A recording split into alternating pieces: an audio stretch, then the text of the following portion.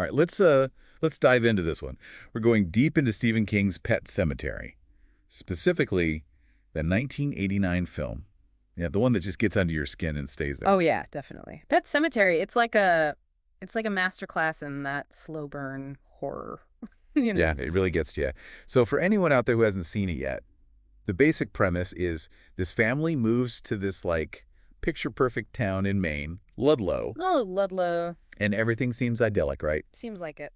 But their new home is right next to this mysterious pet cemetery. Mm-hmm. And, well, things go very wrong very fast. It's that contrast, Yeah. like the small town setting and then this lurking darkness underneath. Like a wolf in sheep's clothing. Exactly. It's like the whole town is holding his breath, Yeah. waiting for something bad to happen.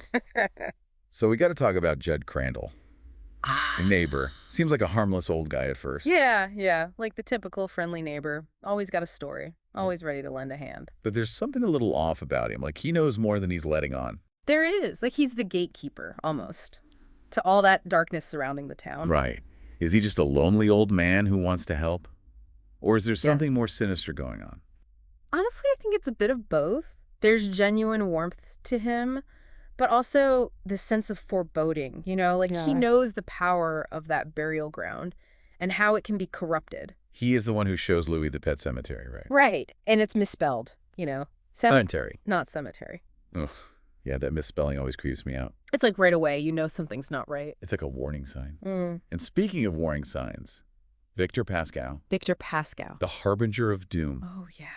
This student gets hit by a truck right in front of Louis on his first day at the university. What a way to start. Talk about a bad omen, right? Definitely a bad omen. But it doesn't stop there.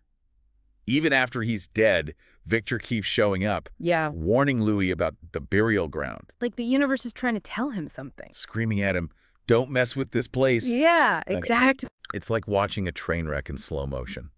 You know something terrible is going to happen, Right. but you can't do anything to stop it. That's good horror right there. And then Church dies. The family cat. Classic horror movie trope. The death of the pet. Always a sign that things are about to get much worse. It's like a test run for grief before the real tragedy hits. And then Church comes back. But he's not the same. No, he's not. Something's changed. Like something malevolent has taken root. He's all creepy and skittish. Yeah. And that smell. Oh, that death warmed over. It's a visual metaphor for what's coming, It's not really your loved one coming back. Right. It's something else. Twisted into something monstrous. And that's where the Micmac burial ground comes in. This ancient, sacred place. But it's been corrupted somehow? The power's there, but it comes with a terrible price.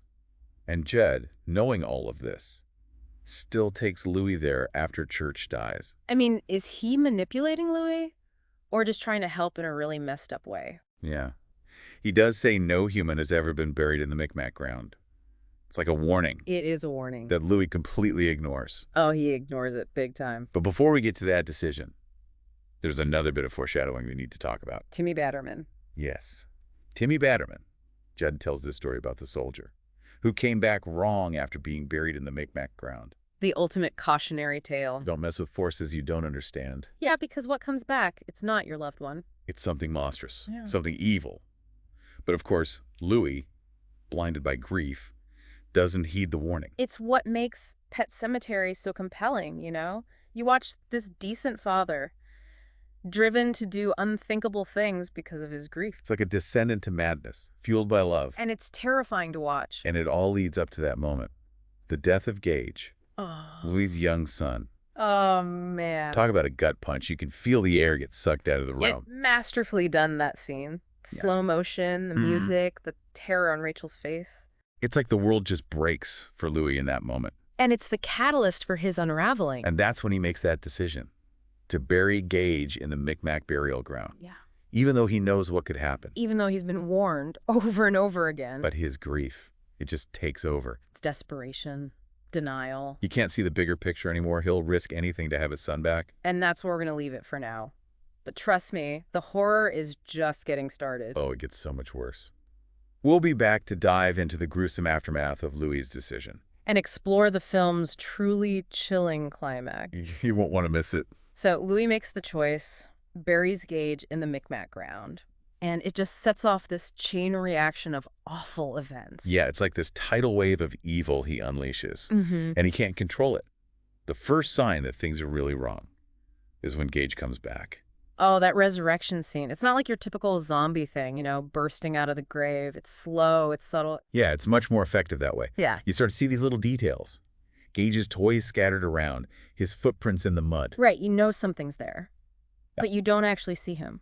It plays on that fear of the unseen, pure psychological horror. And when you finally do see Gage, it's not a happy reunion. No, not at all. It's like this terrifying confrontation with something truly evil. The way he moves, the way he talks, those dead eyes.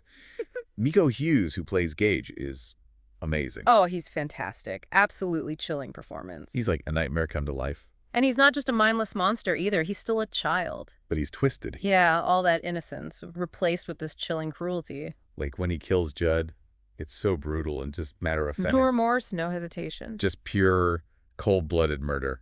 And the way Mary Lambert uses sound in that scene, the silence before the attack, the squish of the scalpel. Ugh, it's tough to watch. Judd's gurgling cries gets me every time. The sound design is incredible. It builds this unbearable tension. It's not just about the gore either. It's about the psychological impact. You're watching a child commit this horrific act. It really messes with your expectations. Leaves you feeling disturbed. And then there's Rachel, coming back to Ludlow after those nightmares. About Victor Pascow. Yeah, like she can sense something's wrong. Like her family is in danger. Those nightmares are so interesting. All that surreal imagery and those sound effects. Like a visual representation of the evil, right? Seeping into their lives, corrupting everything. It's like the film itself is becoming infected. And Rachel is walking right into the heart of it. And her death is just as brutal as Judd's. It's a reminder that no one is safe. Not from the evil of that burial ground. And then, that final confrontation.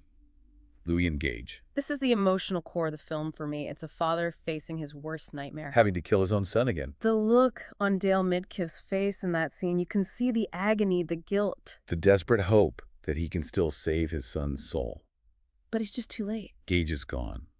And the way Gage taunts him? Saying things like, "Now I want to play with you, Daddy." Ugh, it's just chilling. It's like a twisted version of childhood innocence. A reminder that what came back, it's not his son. Yeah. And then Louis burns down Judd's house. Is he trying to cleanse the evil? Or is it just pure rage? I think it's both. Trying to erase everything that happened. Like it was all a bad dream. But there's also that anger, that sense of betrayal. He blames Judd for showing him the burial ground. Leading him down this path. And then that ending. Oh, that ending. Rachel comes back. But like Church and Gage, she's not the same. That shot of her, so pale, lifeless, blood trickling from her head. And that embrace. Ugh, nightmare fuel. That slow walk, those dead eyes. It's like she's become the embodiment of the burial ground itself. Reaching for Louis. And then that final shot. Reaching for the knife. It leaves you with this feeling of dread. The horror isn't over. The cycle is going to continue. Louis is doomed to repeat the same mistakes. He's become another victim of the Micmac burial ground. The film doesn't hold back, does it? It leaves you with this lingering sense of unease. But that's what makes Pet Sematary so effective. It's not just jump scares and gore. It's about real horror. Grief, loss, and the choices we make when faced with the unthinkable. But it's not a perfect movie, you know? No, definitely not. Like the pacing is a bit off in places. Yeah, I agree. And some of those special effects, They haven't aged all that well. especially Victor Pascow, some of that CGI is a little distracting. Yeah, it's pretty dated. But those are minor things. Right. It's still a fantastic film. The good definitely outweighs the bad. So what's the takeaway here? What do we want our listeners to think about? Pet Sematary reminds us that death is a part of life. And that trying to cheat it, Yeah, to deny it. it only leads to more pain. More suffering. It's like a cautionary tale about messing with forces we don't understand. Like playing God, almost. And sometimes, the best way to honor those who are gone is to let them go. It's hard, but it's true. Would you have made the same choices as Louis? Tough question. I'm not sure I would have. I mean, it's easy to judge from the outside. But grief. Grief can make people do crazy things. That's what makes this film so powerful. It doesn't give you any easy answers. Yeah, it just leaves you with these questions. About grief, about loss. About the choices we make when faced with tragedy. And the performances are incredible. Oh, yeah. Dale Midkiff as Louis. He captures that descent into madness perfectly. And Fred Gwynne as Judd. Yeah. He's so good. He brings such weight to that role. You totally believe he's a man who's seen things. And those kids, they're so creepy. Nico Hughes, Blaise Berdal, they both give such unsettling performances. It really adds to the atmosphere of the film. And we can't forget Mary Lambert, the director. She really understood King's story. And she wasn't afraid to go there with the horror. But she also knew that the real horror, it's in the characters' minds. In their grief and loss. And that music. The Ramones soundtrack. So iconic. It fits the film perfectly. It adds that extra layer of darkness and intensity. And the cinematography. All the shadows, the lighting. It's like the setting itself is a character. It creates this really oppressive, claustrophobic feeling. Yeah, like the walls are closing in. Pet Sematary. Yeah. It's a film that gets under your skin. Yeah. And stays with you long after the credits roll. That's a classic for a reason. So there you have it. Our deep dive into the twisted world of Pet Sematary. If you enjoyed this, be sure to like, comment, and subscribe for more deep dives into the world of film. We'll be back soon with another terrifying tale. Until then, thanks for listening.